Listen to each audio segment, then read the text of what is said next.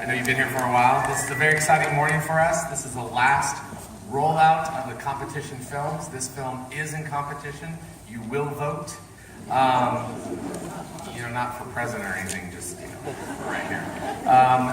It's always really exciting.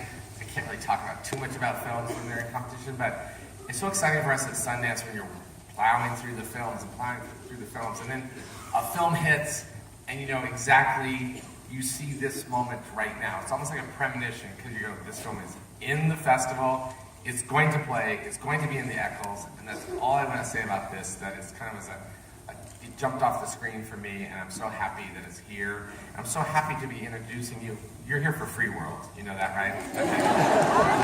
To start with that, the world premiere of Free World. And this filmmaker, I'm so excited to be introducing him to you, Jason Liu.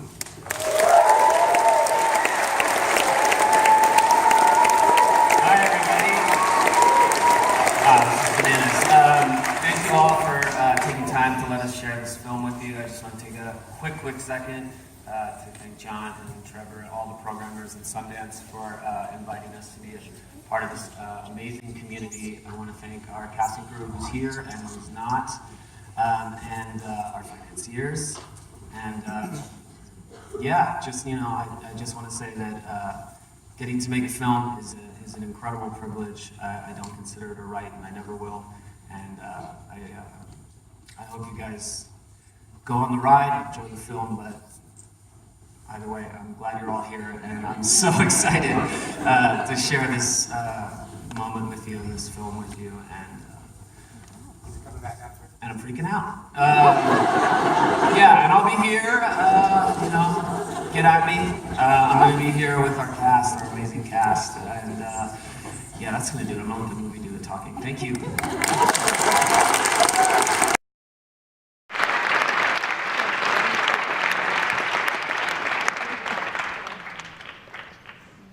Oh, it's a standing situation, right? I want to bring up some other folks. I want to bring up my producer, Laura Rister. My DP, Berenice Evnon, there. And my cast, get up here, kids. Boyd Holbrook, Elizabeth Moss, Octavia Spencer, Wally Tuatar.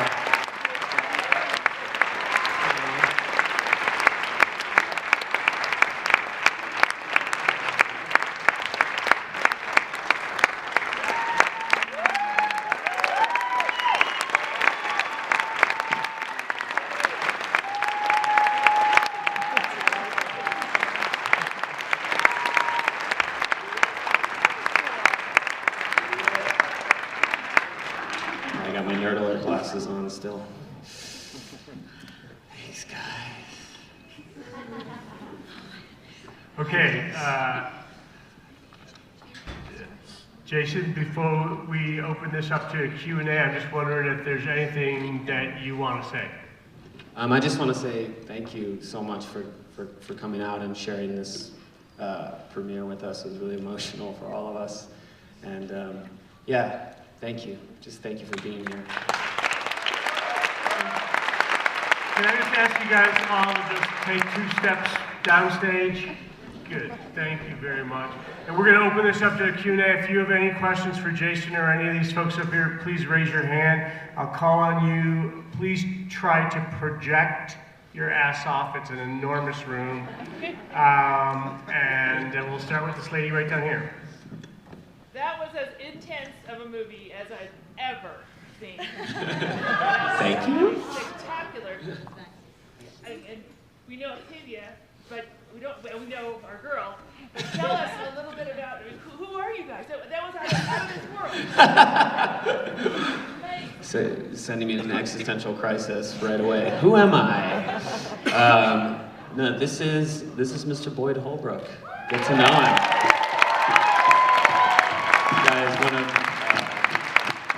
I was just in awe of this guy, watching him and getting to come to set with these incredible actors and crew, and we're just folks. We're just folks doing the best we can. Just living. Just living. Anyone else? Sure, this lady right here. Just wanted to say hello to boy and just to say you are great. This is lovely Paulina. She's Pablo Escobar's mom. Is it her? Thank you for coming. In case you didn't hear that, she was just giving some love to Boy for his performance. Yeah. Anyone else? There's somebody right here, yeah. I was just wondering if you could tell us a little bit of the background behind the screenplay, if it was what prompted it, and Sure. if you had the actors in mind, or how that all happened. The question was for Jason, if he would give some background about the screenplay he wrote, and if he had the actors in mind when he wrote it. Yeah, I like to start exploring my stories just from character. I had this idea of a recently released convict who was working in a dog shelter, and it was a kind of image that kept haunting me. And you know, when I start working on a script, I just like to start with characters that I find interesting and get them talking to each other, and then seeing what happens. I don't really outline because I don't really know the people yet, so I just start to get them talking to each other, and then, you know, over 6 years was the first draft. And no, I didn't have any actors in mind at the time because I didn't think I was going to direct it. I only attached myself. By that meaning, like, can I do it? A few years ago, 3 years ago, when I asked Laura to help me out. So, no, but I could not envision a better cast, and you know, all of them brought their own little details and big details, and so I'm a little emotional right now. It's not as clear-headed as the press stuff, but yeah. So no, I didn't have any of them in mind, but I could not be more thrilled with who I ended up with. I'm gonna stop air quoting. The question from the lady right here. I guess you didn't write it, but was it a conscious effort to make his religion a really big part of the film? Right now there's so much negativity surrounding it. Right. Can you recap the question? Yeah, the question is about the choice of having him be a Muslim. You know, there's some practical character issues. One is we wanted to really make sure he was very isolated when he got out. If he was a devout Christian in the South, wrongly accused and getting out, he'd probably have a better support system. But no, it's a, you know, like any faith, it's a beautiful and peaceful faith if you're a beautiful and peaceful person and practice it that way. And I just, yeah.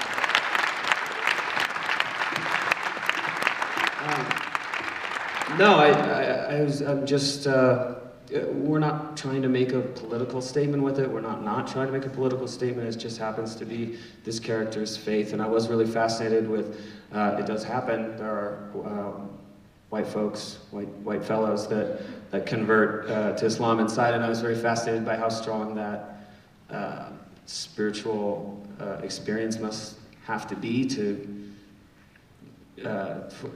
happen in a place that's so tribal like prison.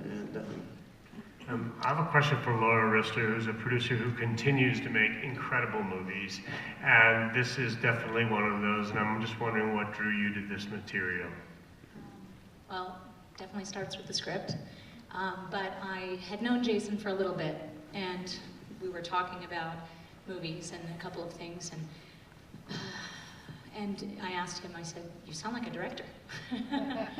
And so as we started talking further, he said, "Funny, you should mention it, because I have this script." And I read it, and you know, so much of it's based on instinct. And just talking about the themes in the film, I love the romance in it. And you know, just his passion for the material, that speaks to me. And you know, you have to have confidence in a director and know that they can sit with actors and convince a cast like this to join you. And it's kind of that simple. Great. Anyone else? Sure, I'll get that lady right there. Yes. Great job. It was really thrilling the whole time. For the cast, what drew you to the characters that you portrayed? The question was for the cast, what drew them to the characters they're playing, so who wants to go first? I read the script, and I think it was the first time I actually cried reading the script. And you don't really see material like this as an actor, and you do read a ton of stuff. And, there's better things for, I guess, all the reasons, but I found Mo to be a person who was sort of, his identity was ripped away from him. And when it clicked for me that he's channeled through Islam to have an identity. And I found that just a character who was just so beaten and just trying to live his life the best way he can. So there's a lot of humanity in that for me.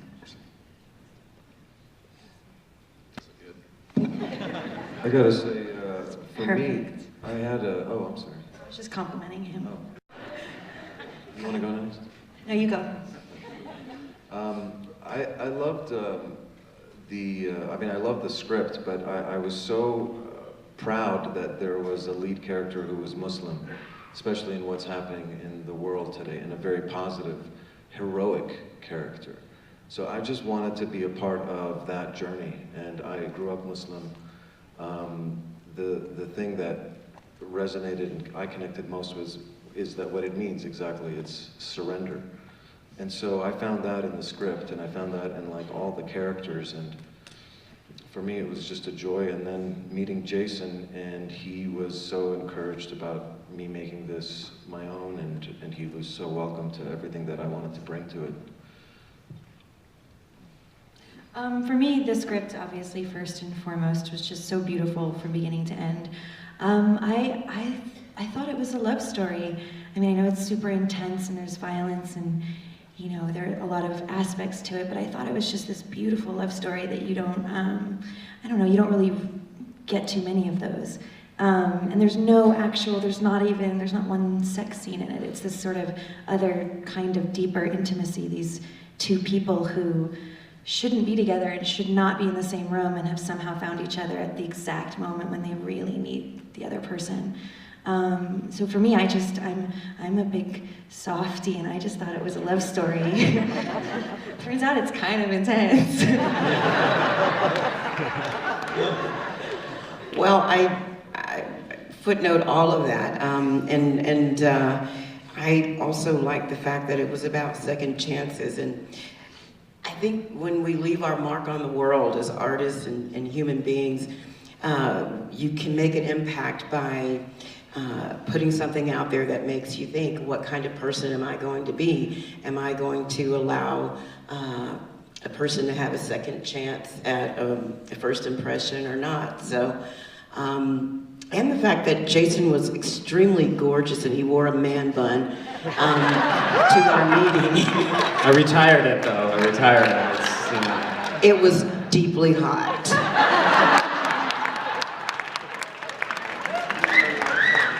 It's the only press I want to get out from this whole thing. It's the only reason I'm doing this, yes. I'm kidding.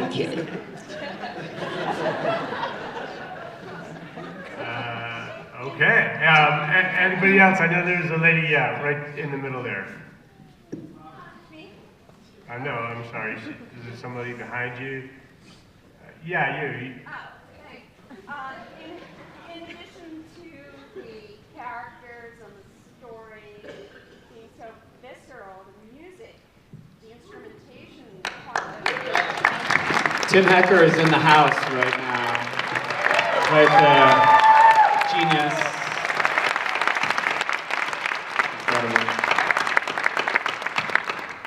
question is, what instrument was barely audible? It was really a really deep tone and was almost all vibration. The question was about the music, what instrument was that really deep tone that was almost inaudible but a very deep vibration? What was that, Tim? Was that the clarinet? The treated, yeah. Say it again, Tim? Treated pipe organ. Wow. Giving up the trade secrets. No. Okay, so we have time for one last question, and yes, this lady right here. So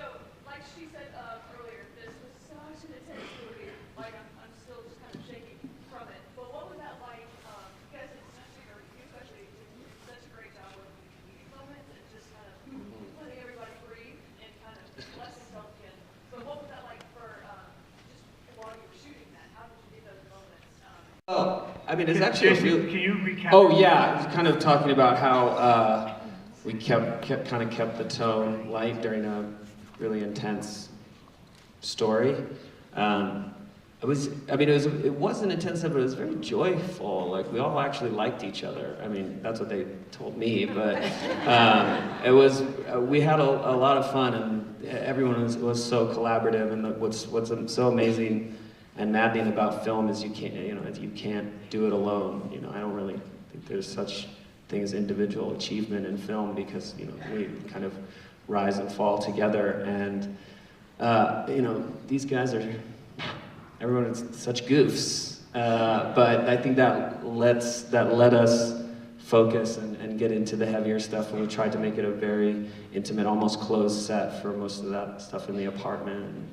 Yeah, and the intimacy of the cinematography allowed for some of that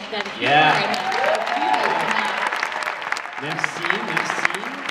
No, actually, Bear, our cinematographer, is so good that I got to spend so much of my time with the actors and maintaining that atmosphere and trying to just constantly work towards making an atmosphere where good acting can happen. And that was large part because I was never like, it's a little hot right here. Can we get some for, you know, that was all kind of, we got on the same page. Thank you.